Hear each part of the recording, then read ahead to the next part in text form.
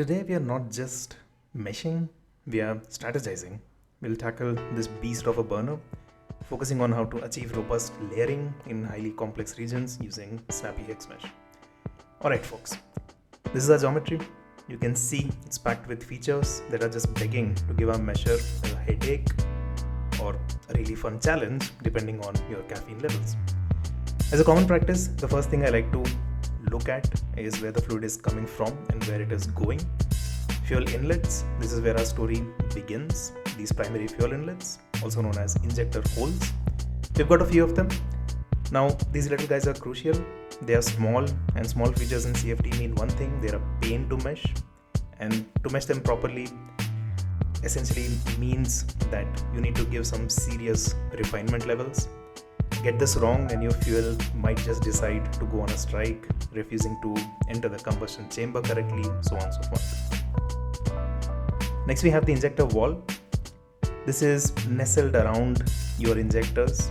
Notice that this is somewhat of a conical shape. It's designed to house those injector holes nearby.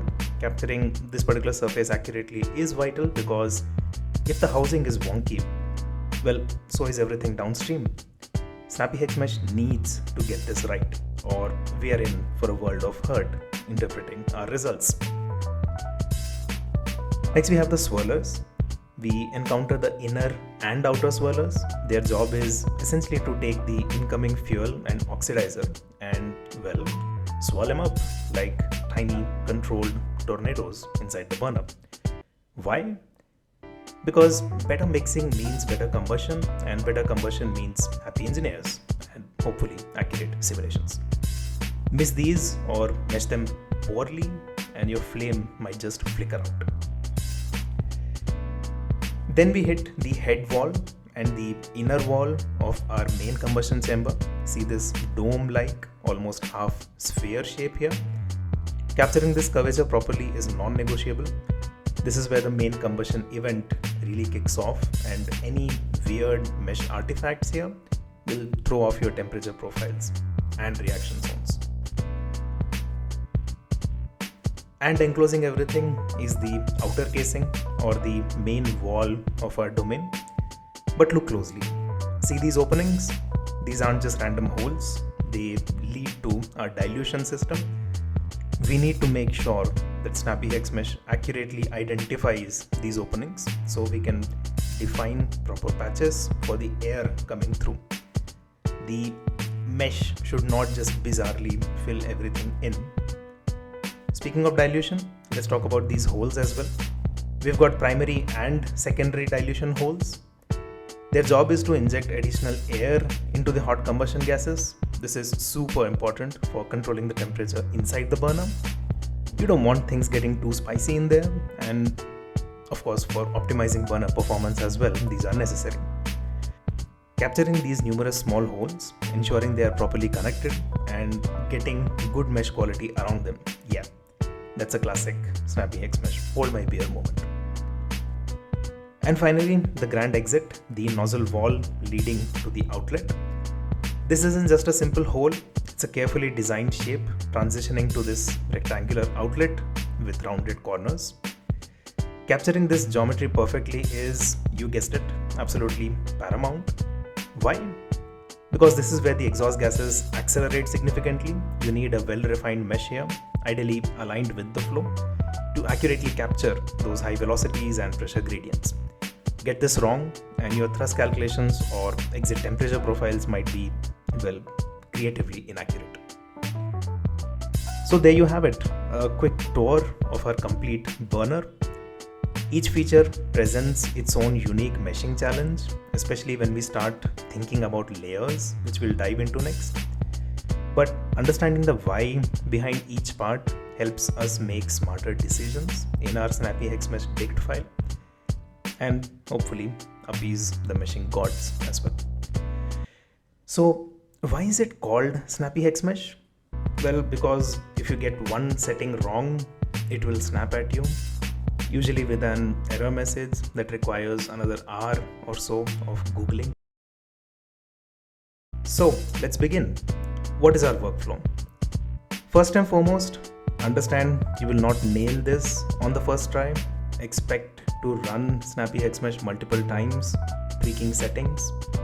We will go through phase by phase basis, where first we'll start with background mesh and castellated mesh, then we'll go with snapping, and then with layering.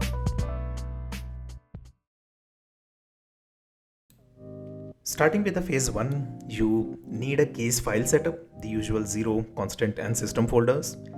Assume the 0, constant and system folders are populated with relevant files. We only need to make the mesh now.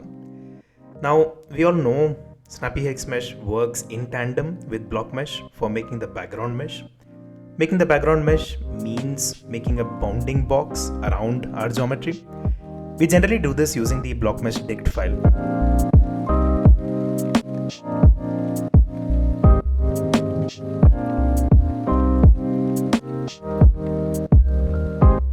Easiest cheat code to do this is by using foam get command, and behold the block mesh dict file. Well, it is quite organized, as you can see. Look at all that pre-filled stuff just waiting for our genius input. Just need to look at the bounding box of our burner and provide inputs here. You can also make use of evaluate function here to do some on-the-fly math, like this vertex x is equal to that other vertex x plus some 1.0. Also, you can give the number of divisions right here with nx, ny and nz. It even does grading, making cells smaller near some places and bigger elsewhere. Super useful, but for our background mesh, we are going to politely ignore it. Let's not overcomplicate things before Snappy even wakes up. Uniform cells are essentially our friends here. Let's just add the relevant entries to our case and check if this bounding box works properly. We can do this using the surface check command. So, what can we see here? Well, the geom.stl file was comprised of multiple stl files combined together, which means that we're just essentially checking if the surface entirely is closed, if it has any illegal triangles, also that the stl file contains these multiple patches. More importantly, we are interested in this bounding box here, which encapsulates where our domain essentially lies. And we've just essentially updated our block mesh dict file in accordance with this. Now, here's the crucial bit. The secret sauce for this background mesh, it's the Goldilocks of meshes.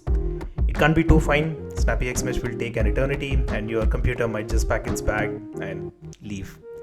It can't be too coarse. Snappy will be like an artist trying to sculpt a masterpiece with a bulldozer. It just won't have enough starting material to carve out our beautiful burner details. It needs to be just right. Enough cells to vaguely represent the major features of your burner, giving snappyHexMesh a decent starting point, but not so many that block mesh itself takes longer than your coffee to brew. Think of it as a blurry photo that Snappy will bring into sharp focus. Now let's take a look at what our mesh would look like with the block mesh command. The first thing that we notice here is the block cell size, which is of 2 mm.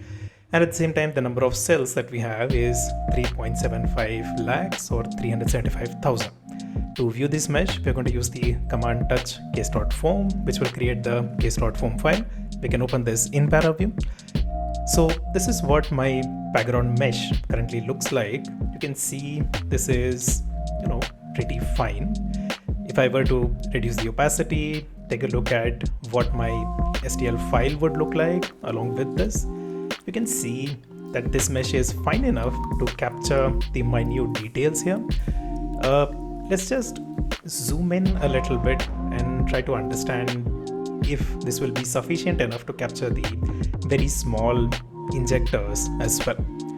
So the injectors here are quite peculiar in that, let's take a ruler and understand what are the sizes that we are dealing with. So if I just zoom in right here, let me take the ruler and I'll just use Ctrl P to snap onto the injector here, and I just hit apply. You see that this is somewhere around 2 mm, which is around the mesh that we have also used. and the height here is somewhere around 15 or 1.5 mm, which is also quite smaller than the background mesh that we've used. Now, one of the things that we can do is increase the number of refinements for our case. Now, let's go back to the drawing board. Let's get the snappyHexMesh dict file, again using the form get. So this will again give me the two options, either the configuration file or the dict file. I'll just type in one, and here's the file that I wanted. So you can see this is the basic file that came with OpenFOAM. This contains a lot of data, a lot of test cases that you can actually test for, a lot of options or features that may not be discussed in various tutorials. I would advise you go through this file and really understand what it's all about. Now, given that we also require the surfaceFeatureExtract, where we want the edges to be refined as well, we also want to get the formGet command working for surfaceFeatureExtract. And again, we choose the first file here, and this is our file. As you can see, this is also sort of a configuration template that we get from OpenFOAM. Major things that apply to us are mostly going to be in the first section here, and we'll just edit it out based on the type of STL files that we currently have with us. So the essence of what we're trying to do here is just enter the right STL file and remove whatever is not necessary.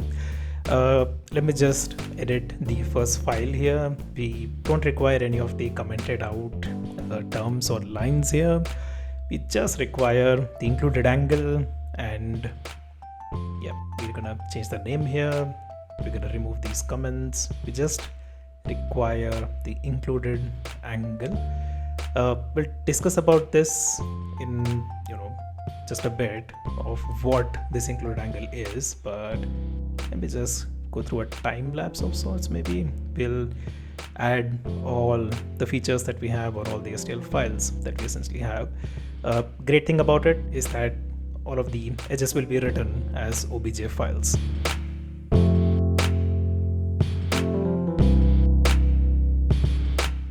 Ultimately, we require one last file. This is the mesh quality dict necessary for snappyHexMesh to essentially figure out what type of quality metrics are we going to be working with. And this is the template file that we again have, and we're not going to make much changes to this. Okay, now let's run the surfaceFeatureExtract command.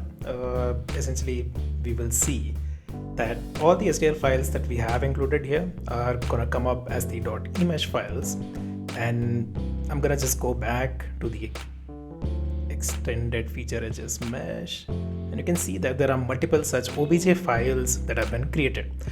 The files that we are interested in importing to ParaView is called the edgemesh.obj. As you can see, every single file that we have when opened in sequence is essentially giving you the outline of the edges of where this particular feature is. Why is this necessary? Well, it's necessary to capture the edges effectively so that mesh refinement can be done really well around these parts, because you want to identify where a patch starts and where a patch ends. So this is where it's really necessary.